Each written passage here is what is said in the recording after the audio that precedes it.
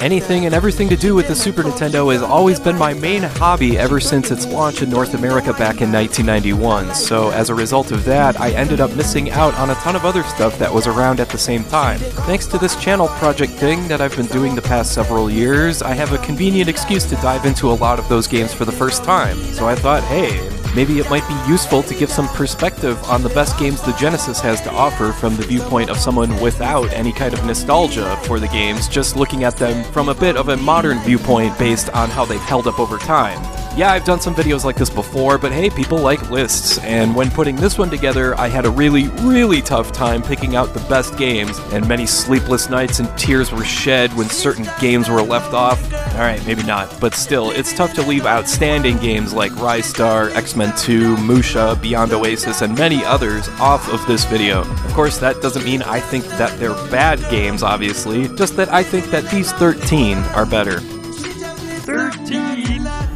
Alien Soldier. This is the game I had the toughest time deciding on whether or not should be on this video because it can be a pretty inaccessible game for some people. The controls are a bit weird. You choose 4 weapons out of 6 to use, A selects the weapon, B shoots, and C jumps, while you can change your shooting mode from free range to fixed by pressing down and A at the same time. You can also press the B button twice at the right time to turn enemy projectiles into health, and there's also a dash attack, you can hover. Put all this together and it can be pretty tough to get the hang of. But once you do, this game is friggin' incredible. It's like one huge boss run featuring some of the weirdest creatures you'll ever see. Alien Soldier was only released in cartridge form in Japan and PAL territories, and it was only made available in North America via the Sega channel, but if you want to play it today, it's on the Sega Ages Collection, Volume 25, and on Steam as well for like $1, so what are you waiting for? Go check this one out.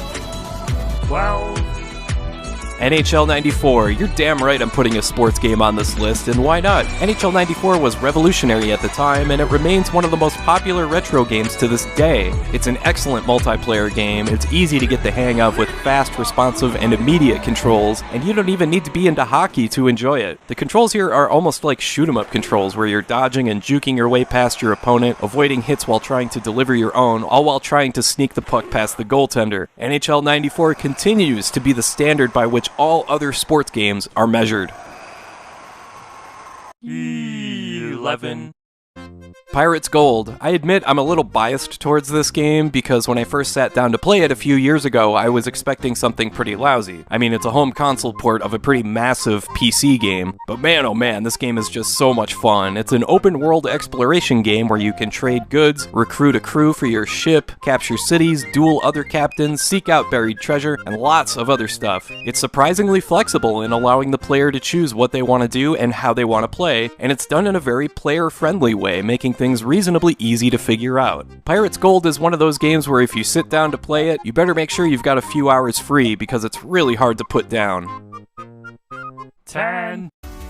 Herzog Zwei. This game is way ahead of its time. It combines a bunch of different genres and game styles. We got shoot-'em-up mechanics, we got top-down run-and-gun stuff, we got real-time strategy, you can transform from a fighter jet to a mech, you can have combat units created and order them to attack the enemy base, and you can either play against the computer or against a second player. The action here is really fast, with no pauses to think about anything. You just gotta make your decisions and keep moving. Herzog Zwei is a great example of a game that's totally unique to the Genesis alone. There's nothing else on any other 16-bit console that can compare to this one.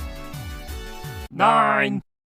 And the same could be said about Thunder Force 4, a horizontal scrolling shoot-'em-up that's arguably the best of its kind on the Genesis, and that's saying something because there are tons of great shooters in this library. You've got 10 levels total, although you can play the first 4 in whatever order you'd like. You collect tons of different weapons you can flip between at will, but really this is just really well made and a very well balanced game. The balance of speed is perfect while keeping the game challenging, the visuals are great, the soundtrack is awesome, and in a nice bonus you can even move the screen up and down to reveal more of the world you're destroying. It's always a tough call to pick the best shoot-'em-up on the Genesis, but my go-to is Thunder Force 4. 8.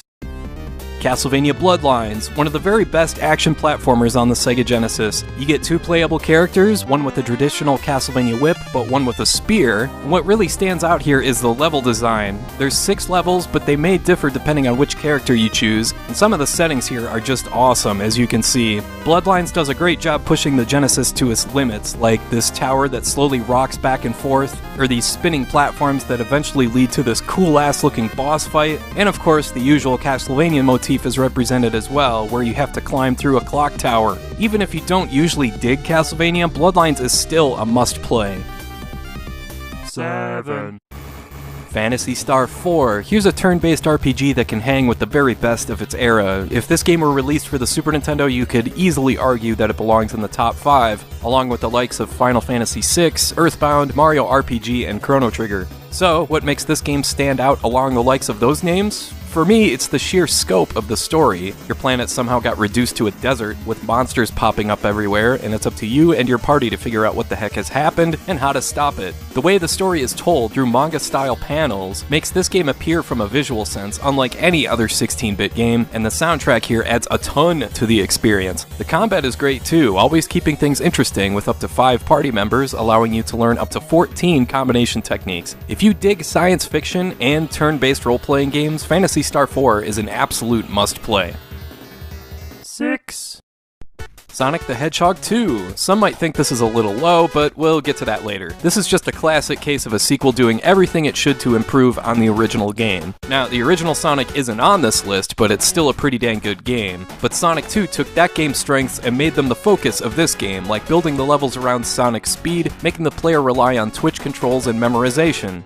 Some people try and approach Sonic like it's a Mario game where you try and hop and bop your way, picking your spots and taking your time, and that's not really how classic Sonic games work. Here, it's a bit more about being able to explore and find hidden areas without losing your momentum, and it kind of reminds me a little bit of Donkey Kong Country 2. But yeah, Sonic 2 is a perfect case of a game where the more you play, the better you get, and the more fun it is. 5.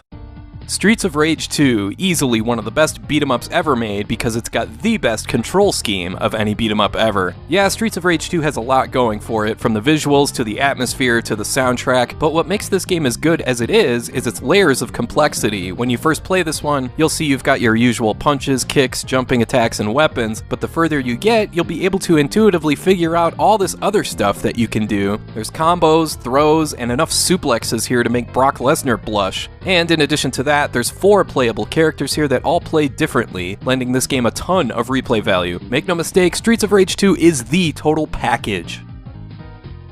4. Shinobi 3 Return of the Ninja Master. If there's any kind of game I love playing, it's an action platformer where your character is overpowered to the gills with tons of moves, abilities, and special weapons, and can absolutely crush all enemies before them. That's what Shinobi 3 is all about. There's just so many different attacks you can unleash at any time, like a sword dash, a mid-air dash, plus you can scale walls, and unlike its predecessor, there's no one-hit deaths here. You have a life bar, so you can take tons of chances to try all sorts of crazy stuff. The level design does a great job complementing your abilities, even throwing in some goofy stages like being able to ride a horse and even surf. Shinobi 3 is just plain fun, it's as simple as that. 3. Shining Force 2. This game was given the unenviable task of simplifying and streamlining something as detailed and complex as a strategic turn-based RPG, but it managed to pull it off brilliantly. This game manages to be a perfect introduction for someone that's always wanted to try this kind of game, while still providing plenty of substance and meat on the bone, so to speak, for any veteran strategy RPG player. You can end up with as many as 28 people in your party, everything from warriors to archers to knights to wizards, all that good stuff, and the game pulls it off, keeping the pace relatively brisk without overwhelming the player with too many options. Shining Force 2 is brilliantly balanced and designed, and everyone should try it out at least once. 2.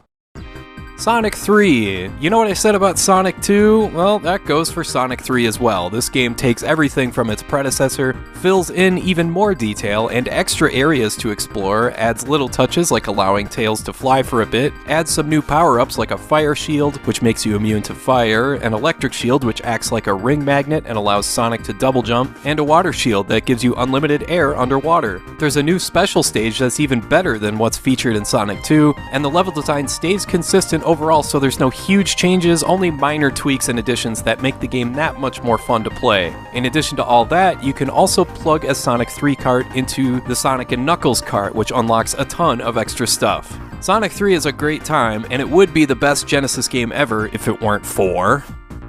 1.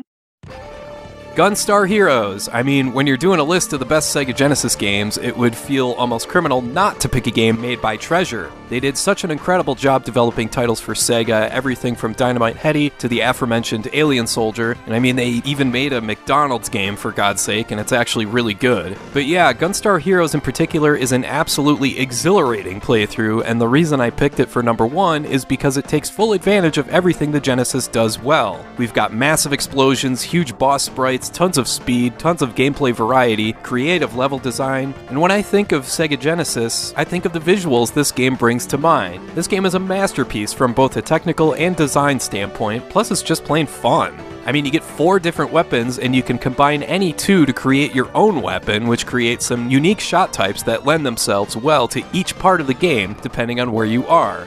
I can't rave enough about this game, it's just so much freaking fun. I've beaten it 3 times now, and you know what, I think I'll go play it again right now. Alright, I want to thank you for watching, and I hope you have a great rest of your day.